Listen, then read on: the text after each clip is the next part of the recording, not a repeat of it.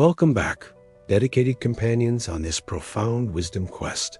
We arrive here together at day 10, a significant milestone marking 1/3 of our shared journey into the very heart of wisdom.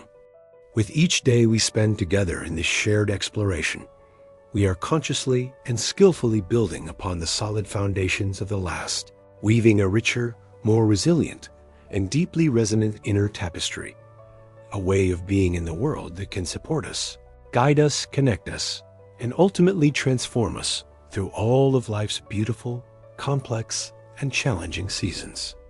Yesterday, our path led us through the magnificent and enduring architecture of the Cardinal Virtues. We explored the 4 pillars of prudence, justice, fortitude, and temperance as a timeless blueprint for building an unshakable character. We saw how these excellences work in beautiful unison to guide our actions and shape the very essence of who we are choosing to become. We identified prudence, or practical wisdom, as the charioteer, the master virtue that guides all the others. This naturally leads to a vital, practical question. If prudence is the key to a virtuous life, how then do we actively cultivate it? How do we develop the rare and precious skill of seeing reality clearly, of rigorously challenging our own flawed assumptions, and of making sound, discerning judgments in the face of life's complexities? The answer lies not in finding a book of rules, but in mastering a revolutionary method of inquiry.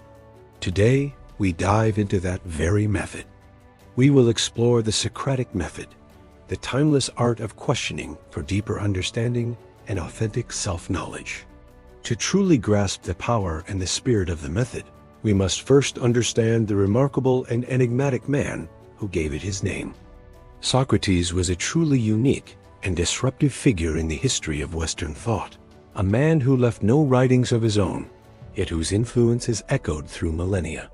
He wandered the bustling marketplaces, the agora of 5th century BC Athens, not as a polished lecturer charging fees, but as a humble self-proclaimed gadfly, sent as he claimed by the gods to sting the lazy horse of the Athenian state into a state of wakeful and critical self-examination. His mission was not to teach people what to think. He was passionately, singularly dedicated to teaching them how to think more clearly, more honestly, and more deeply for themselves.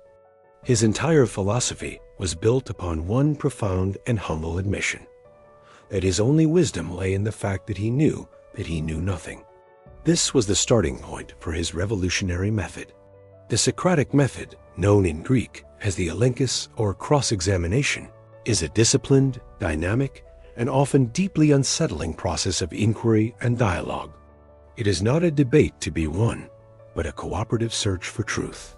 Socrates famously described his role not as a teacher, but as a midwife.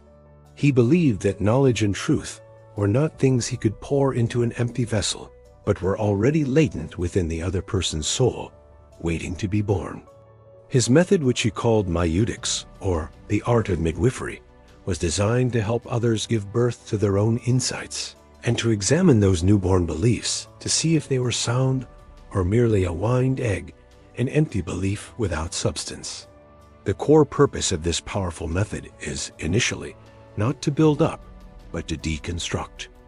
It is a powerful tool designed to reveal the hidden contradictions, the unexamined assumptions, and the logical gaps in our own most cherished ways of thinking. It aims to expose our false confidence in what we believe we know, leading us to a state the Greeks called aporia, a state of productive confusion, of puzzlement, of knowing that we don't know. And for Socrates, this humble state of aporia was not an end point of failure, but the true and necessary beginning of all genuine wisdom and authentic learning. This process, while seemingly spontaneous in Plato's dialogues, is underpinned by a brilliant and structured approach to questioning. To truly learn how to apply this method to ourselves and our conversations, it helps to open up Socrates' toolkit and examine the specific types of questions that make this method so powerfully effective. This is the taxonomy of Socratic questioning.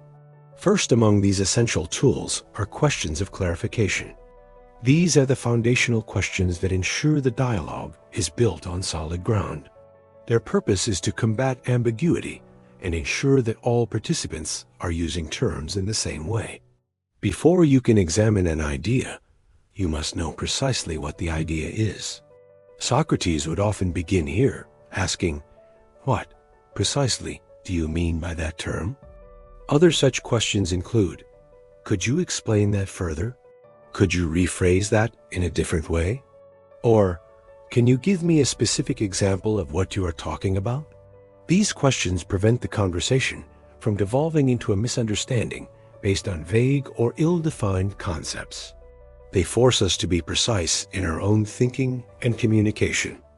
Once a claim is clarified, the Socratic inquirer moves deeper by employing questions that probe assumptions.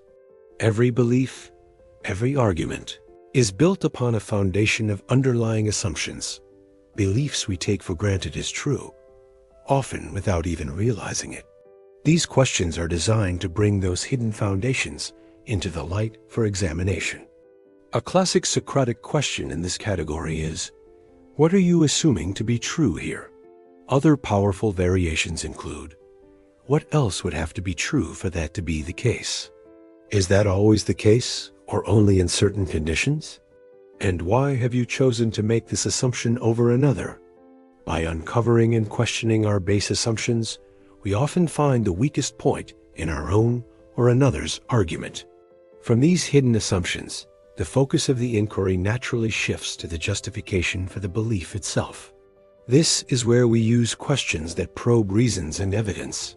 These questions move the conversation from mere opinion to reasoned argument. They respectfully demand justification and support for the claims being made. The most direct of these is, "What is your evidence for that claim?" Or, "Why do you believe that to be true?"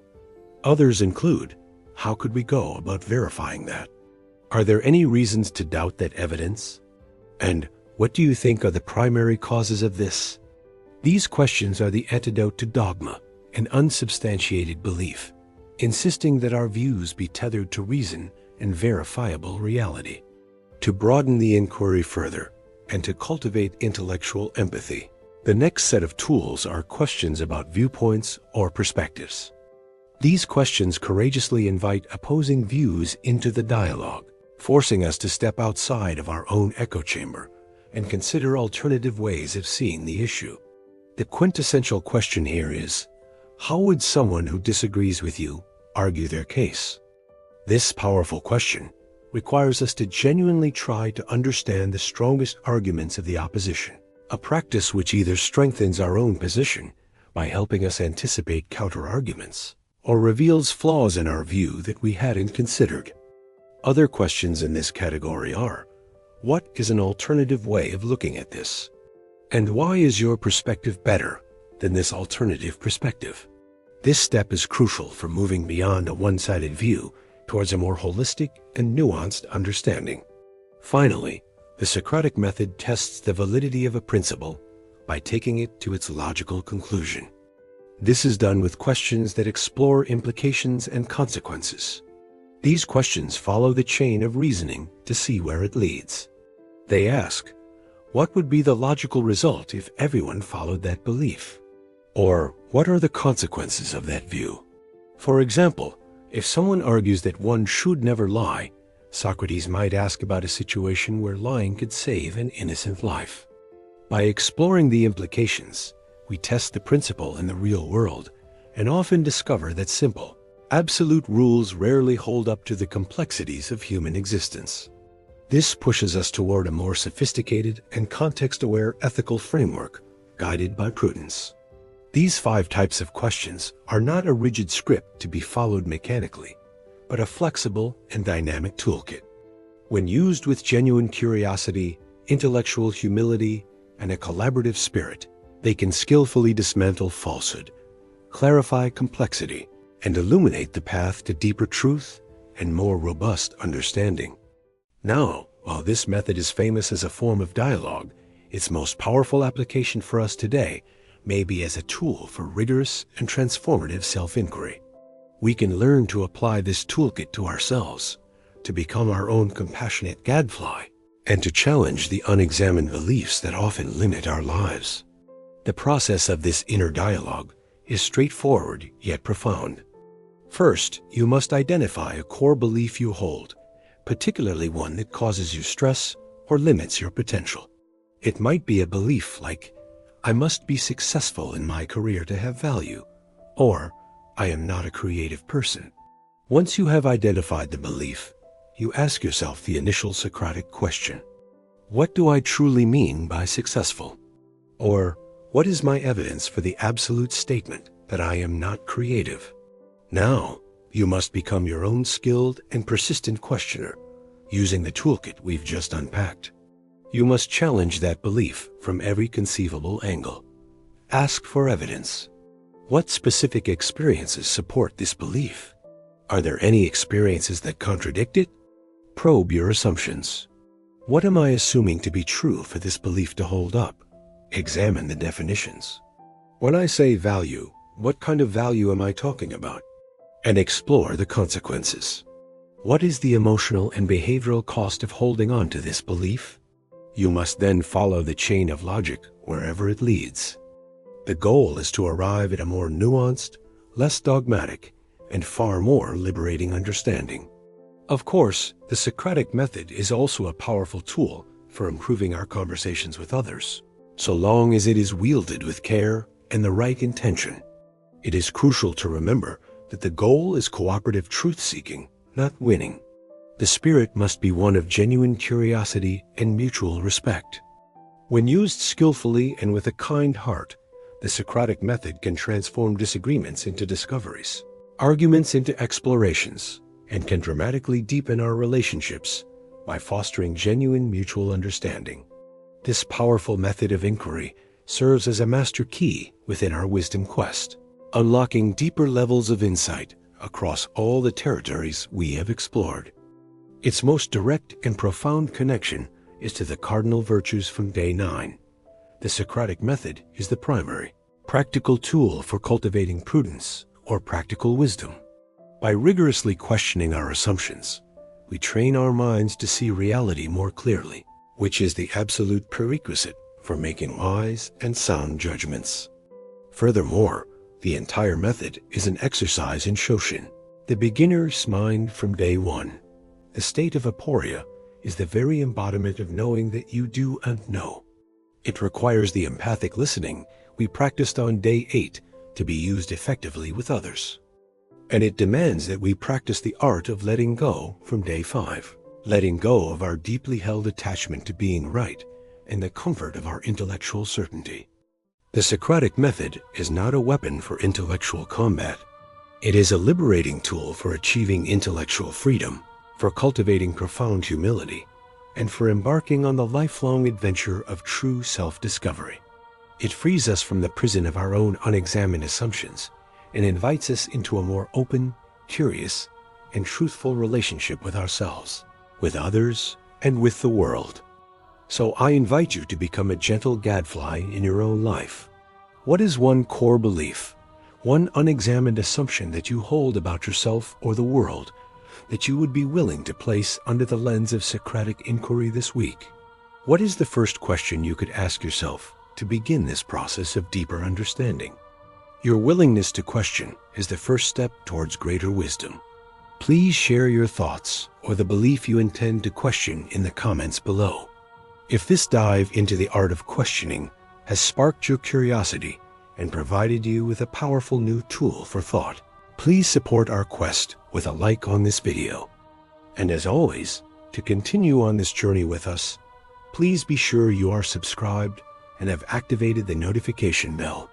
Tomorrow, on Day 11 of our Wisdom Quest, our exploration of how to live well with others continues. We will examine a principle so universal, it is found in nearly every culture and tradition on Earth: the golden rule and the power of reciprocity. It is the perfect continuation of our dialogue on how to build a life of integrity and connection. Thank you for your courageous inquiry today. May you have the wisdom to question, the humility to learn, and the courage to live by the truths you discover. I will see you tomorrow.